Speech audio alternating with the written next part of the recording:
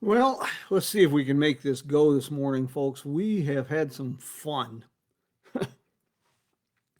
Got up bright and early, 5 o'clock, started getting everything together, and Facebook has changed a lot of stuff on pages. and so we're having to do this a little bit different than I had intended, but it looks like we are live. And good morning, Andy. Hey, how are things in Tucson? Mike, how are you doing today? Who's going to be our audio engineer?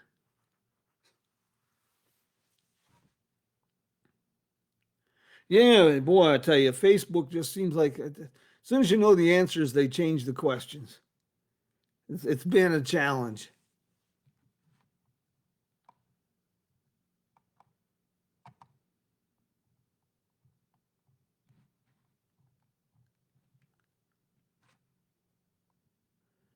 Oh, excellent, Andy.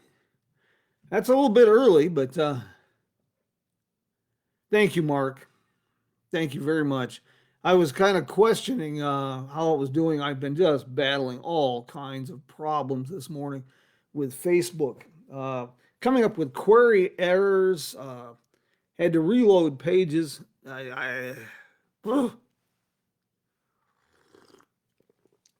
All sound fun and games until somebody gets their eye poked out.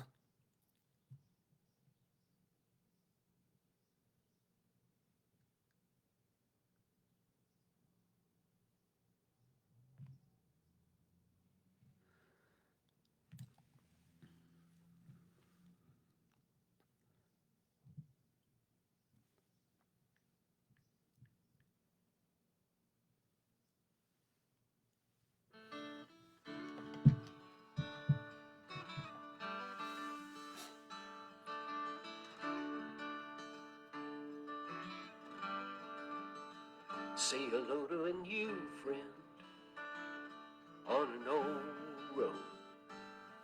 Take a 2-lane trip of memories into mysteries unknown. Come along for the ride.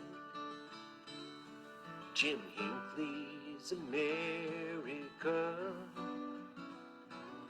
Jim Hinckley's America.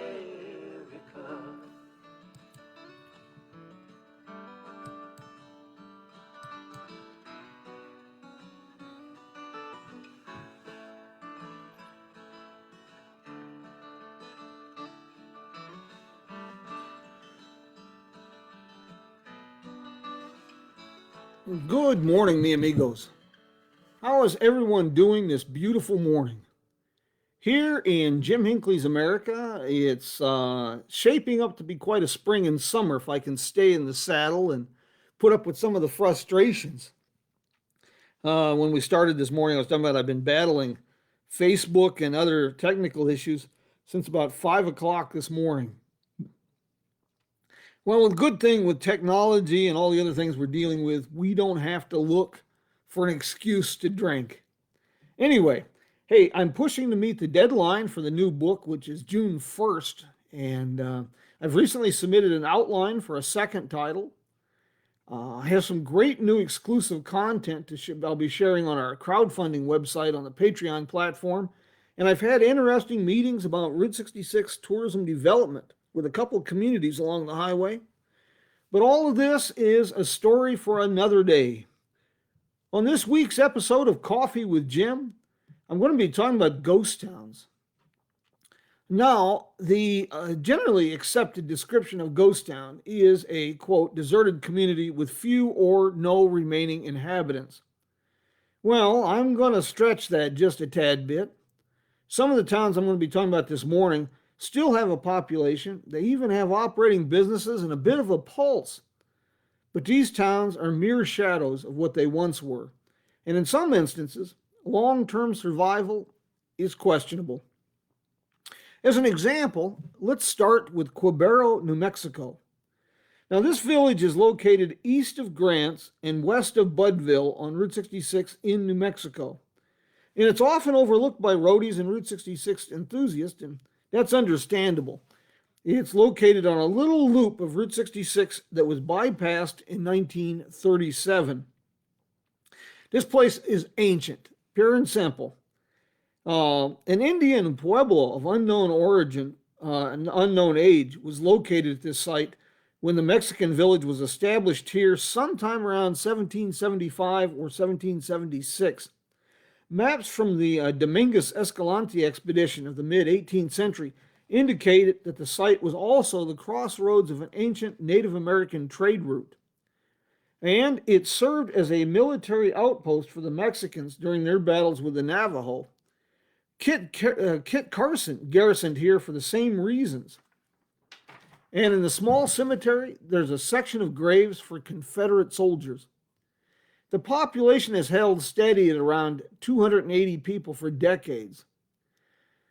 Still, the picturesque ruins give the place a very, very empty and haunting feel. Well, before taking to the road this beautiful morning, I want to say thank you to Joe and the boys of the road crew for our road trip inspiring theme song. And I want to give a shout out to our newest advertising sponsor, Route Trip USA. Stephen and his team are specialists in making bucket list adventures and holidays in the United States and Canada come true. And to ensure that all surprises on the trip are good ones, they travel the roads, test the beds, or they turn to folks like me as a consultant. As a bonus, if you plan a Route 66 Odyssey with Route Trip USA, arrangements can be made to have me personalize your visit to Kingman, Arizona. Okay, let's talk ghost towns. Often that means gold mining towns. Mining in the area of Stockton Hill dates to the 1860s. Origins for the name Stockton Hill are rather interesting. According to the book Arizona Place Names by Will Barnes that was published in 1935, there was an arrangement for the insane in the Arizona Territory to be sent to Stockton, California for care. When rich bodies of gold ore were discovered in the Surbat Mountains at this site, it was dubbed Stockton because everybody went crazy. Unfortunately, there's not much left of the town site. Ranching in the area for more than a century, intermittent mining activity over the years, and now the onslaught of suburbia has fringed on the site.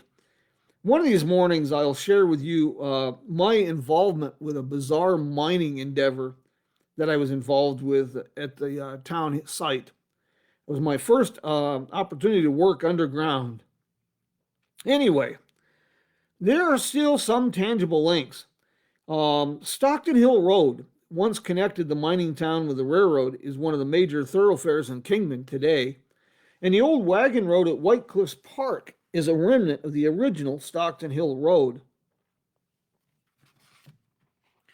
And there are lots of opportunities for exploration of old mines and mine sites by following the roads deep into the Surmat Mountains. And you might even do a bit of treasure hunting. To the north of Stockton Hill, just over the ridge from the old COD mine, is a narrow canyon that funneled the road over the mountains to the town of Mineral Park.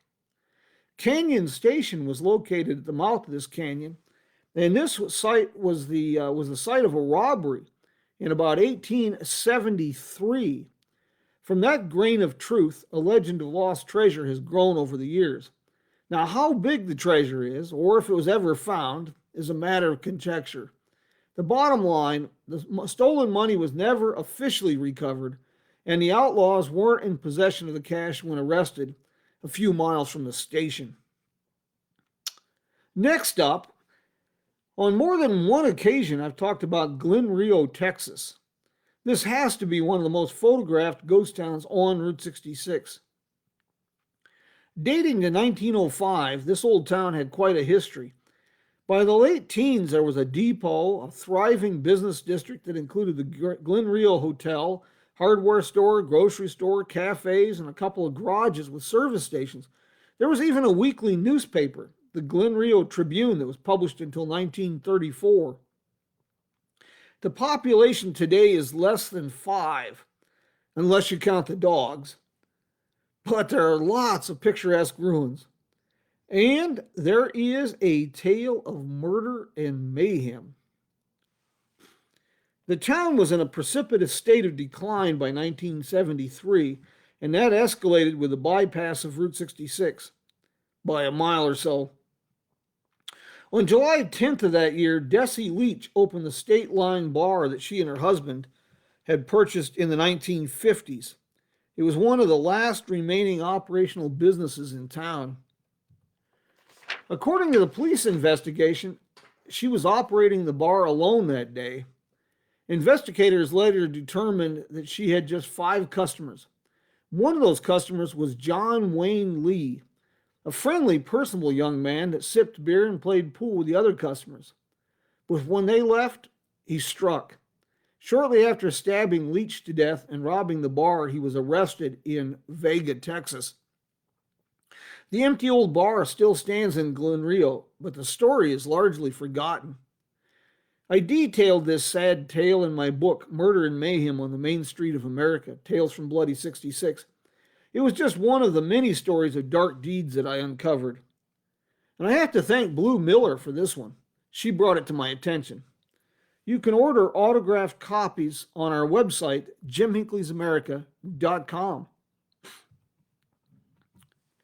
Chloride, Arizona is located just a few miles off US 93 between Las Vegas and Kingman, Arizona.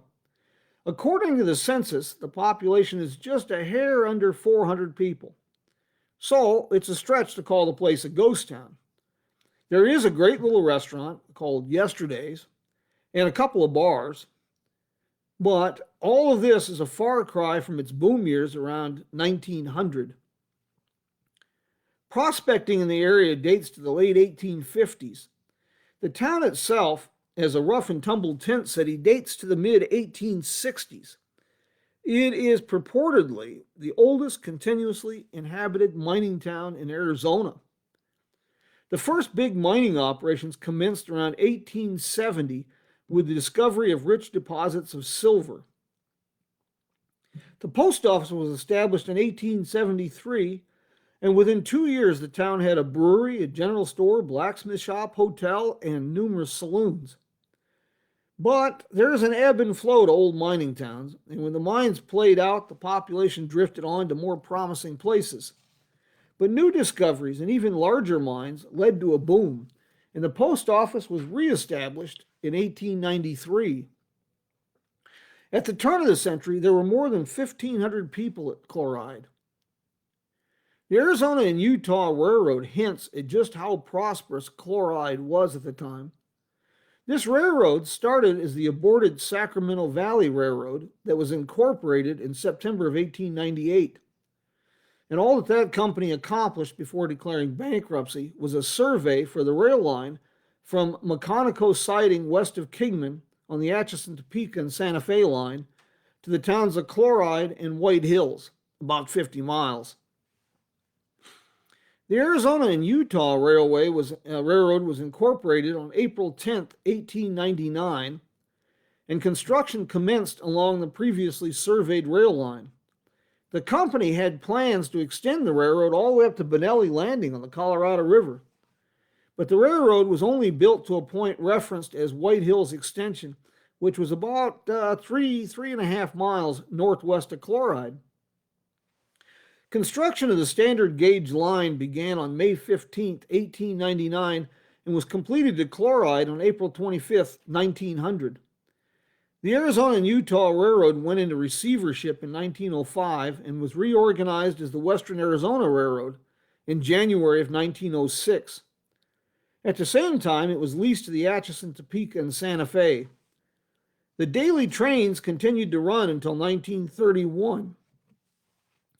Well, suburbia is sweeping across Golden Valley. When I was a kid, you could follow most of this rail line all the way across the valley from Mechanico to Chloride, and there were still remnants of bridges. You can still follow a lot of the rail bed here and there in between housing developments. And the depot still stands in Chloride.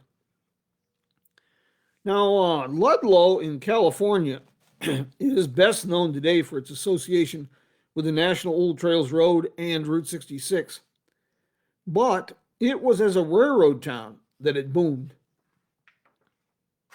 It started as a water stop for the Atlantic and Pacific Railroad in 1883.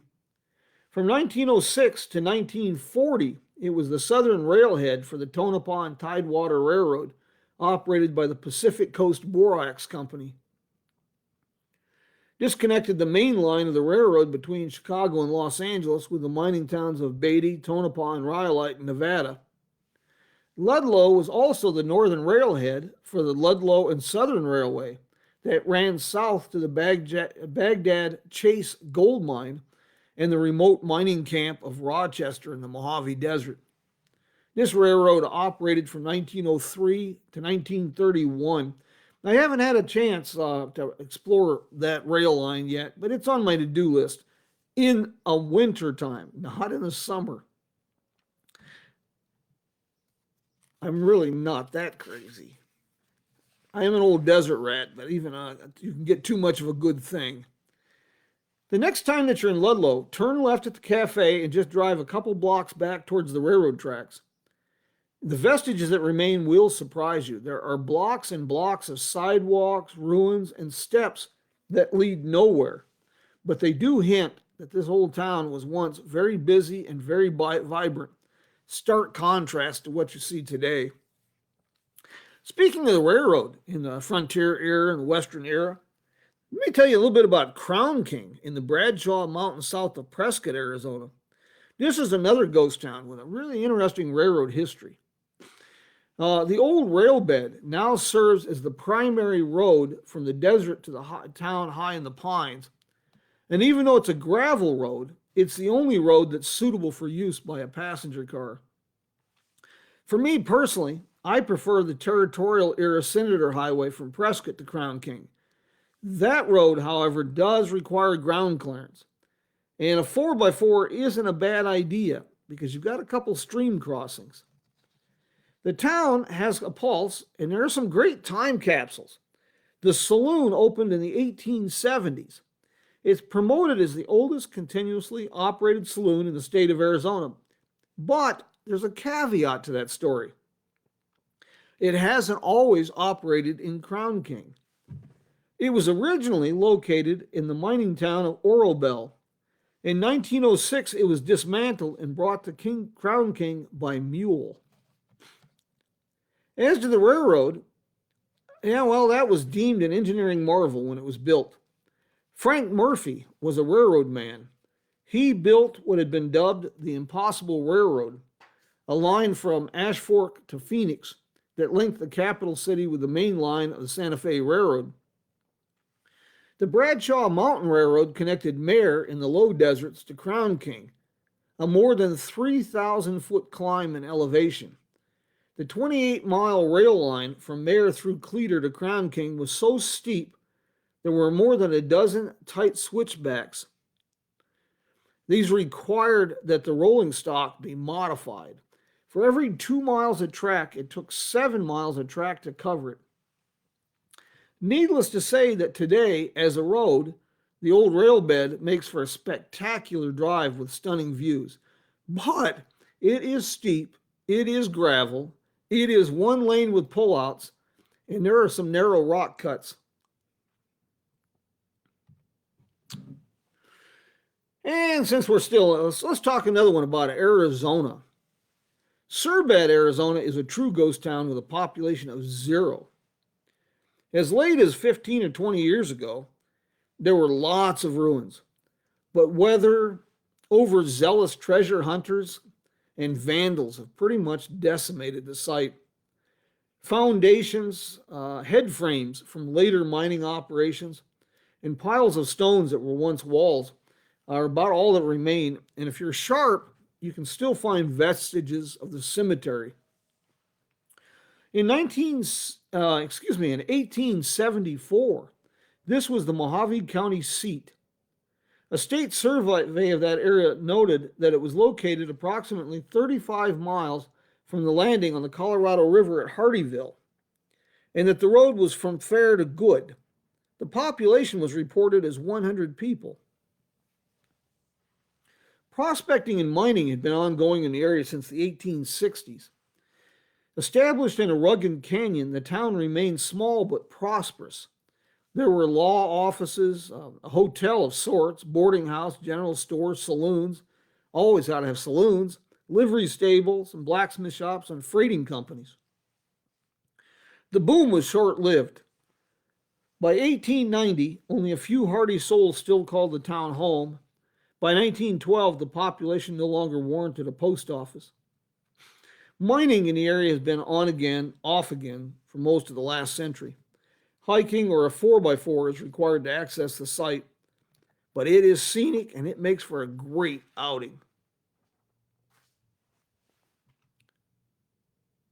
Oh, I think we got time for at least one more.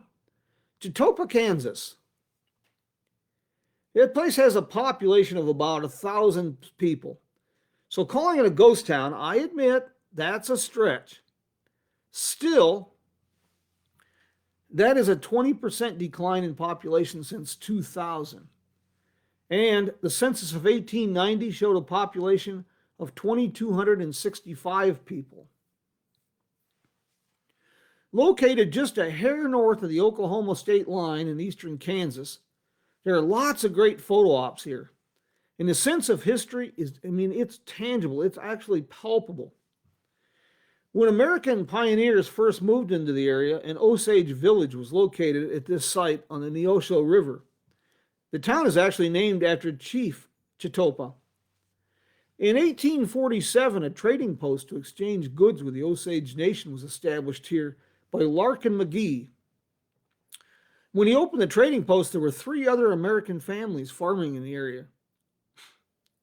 And the small village was the site of a September 18th, 1861 battle between the 6th Kansas Cavalry under the direction of James Blunt and pro-slavery raiders led by John Allen Matthews. Blunt would later play a role in the battle that's now known as the Baxter Springs, Kansas Massacre. Officially, the town itself dates to March 23, 1868, when its charter was filed. The Missouri, Kansas, and Texas Railroad completed a line to the town in February of 1870. I highly recommend exploring this town. And take some time, drive the streets. A lot of surprises, really neat stuff. And the drive from Baxter Springs is really scenic. I was quite surprised by that because it is Kansas. Not a slight on Kansas, but Kansas isn't known as the Grand Canyon State. Be on the lookout for some old steel truss bridges on side roads. I didn't have time to explore those, but they were quite picturesque. Well, we're closing in on our half hour, and I try to keep it there. I want to give a shout out to the iconic Wagon Wheel Motel in Cuba, Missouri. This is no mere motel. It is the essence of the Route 66 experience personified. And to say that it's a living time capsule is akin to saying that Needles, California is a tad bit warm come August. Gross understatement. Visit with Connie. Take some time to savor this place and enjoy it. You got great dining next door, Missouri Hick. A couple blocks down the road is Shelley's, great place for breakfast.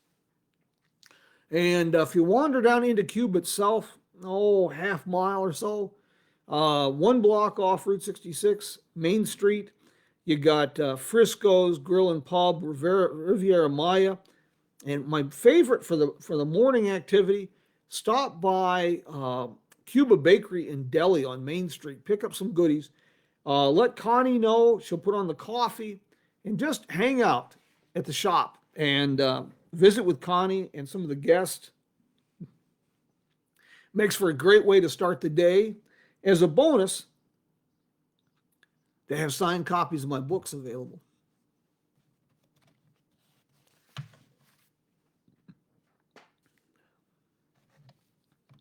I'm kind of surprised. We did not have a winner for last week's trivia contest.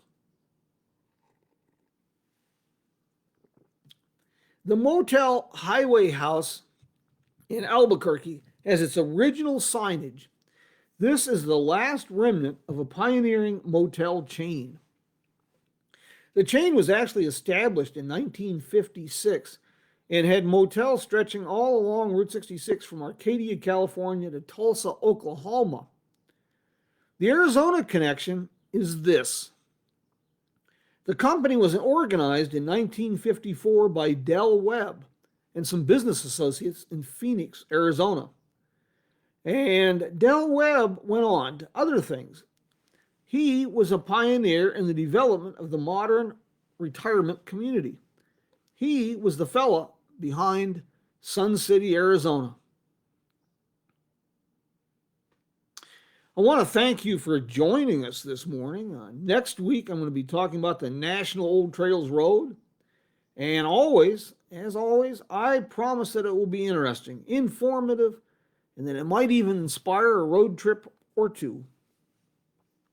And before I get to your questions, just as with PBS, I want to give a hearty thank you to the supporters of our crowdfunding initiative.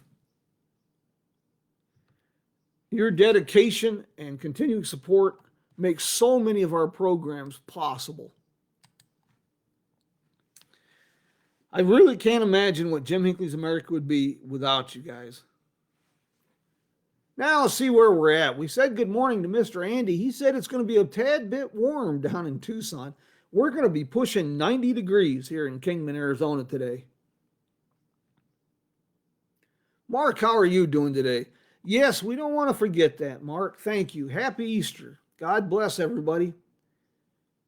Jim, how are you doing this morning? Louis, Kentucky. Well, God, Louisville, Kentucky. David, how are you doing today? Miss Maggie's with us all the way from Lansing, Michigan. Northwest Minnesota. Wow, Rick, what part of Minnesota are you in? I did some time up around Ashland, Wisconsin, and run trucks for a bit up in that country, up into Thunder Bay, Ontario, north of Duluth. Andy, I'm sorry to hear that. Chicagoland. Excellent. Irish coffee. Well, that's the spirit. Keith, good morning. And Miss Michelle, how are you doing? You know, I love Glen Rio too. I do very much. It's a fun place. Tara, thank you.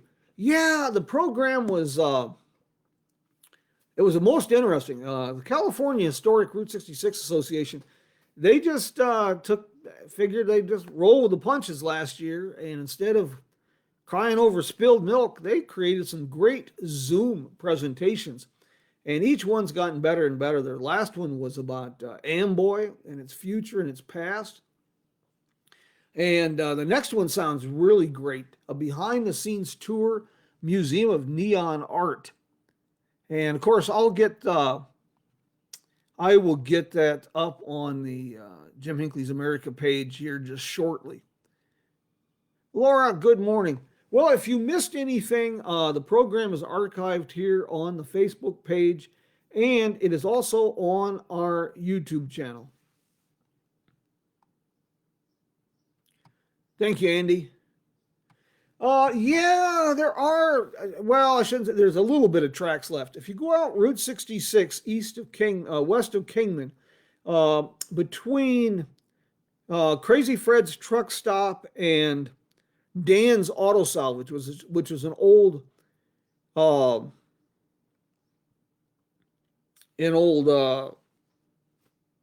Whiting Brothers. There's a railroad line that crosses over I-40. It dead ends on the other side. There used to be a sawmill there. And that was part of the old railroad. And from that point where it ends, you can actually start following it along the base of the mountains. Yeah, Ken, I guess I should have clarified that. You know, I have never seen mules disassemble a bar. I have seen a horse tear up a barn, and I did watch a pig take down a shed. So, very good. Mr. Toshi Goto. Oh, it's so good to see you. Toshi is from the Japanese Route 66 Association.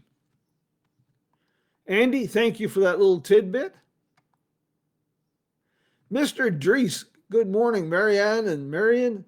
Dries, oh my goodness, all the way from Amsterdam.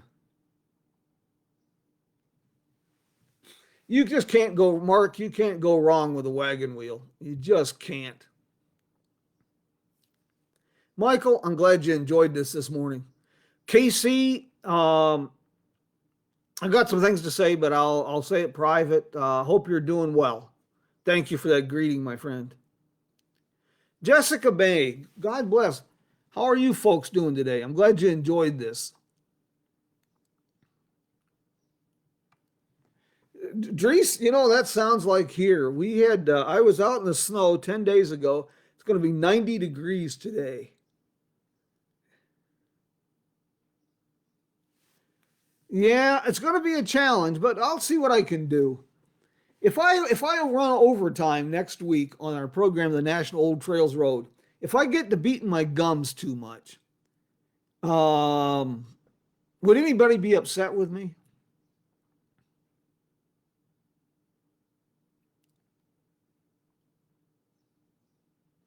Yeah, Nolan, you're going to find that a lot. Some of these places were just literally less than wide spots in the road. Railroad sightings and terrorists, for one. We've got, oh gosh, tons of them. Mechanico. Out in the desert, you'll find a lot of just railroad sightings. Never amounted much at all. Jim, truly my pleasure. Bill, I'll get the information up. Check it out on the California Historic Route 66 page. They'll have the information there as well. 100 degrees already in Phoenix. Ooh, a little early for that. I sure enjoy the desert, but I'm an old desert rat. I don't even own a short sleeve shirt. I guess you could say I'm one of the dry roasted nuts, but I sure love that. You can get too much of a good thing. Miss Maggie, thank you. Thank you for that vote of confidence. Me amigos, I'm so glad you could join us this morning. I hope you've enjoyed it. I got lots of new programs I want to get online and develop. And if I can just find a little bit of time in the schedule to make that happen. And that's going to be my challenge. But lots of great surprises coming down the pike. I hope. Yeah, National Old Trails Road is always interesting. I got some good ones for you. Stuff I've been researching and digging up on that. And I'm sure that, the more I learn, the more I realize how little I know. And I can say that for most every subject. And if I'm wrong, I sure expect people to call me out on it because I want to learn too. Well, my friends, thank you so very much for joining us today. And, I look forward to our visit again next week. And meanwhile, stay tuned. New updates. Take care, my friends. Vaya con Dios, mi amigos. Adios.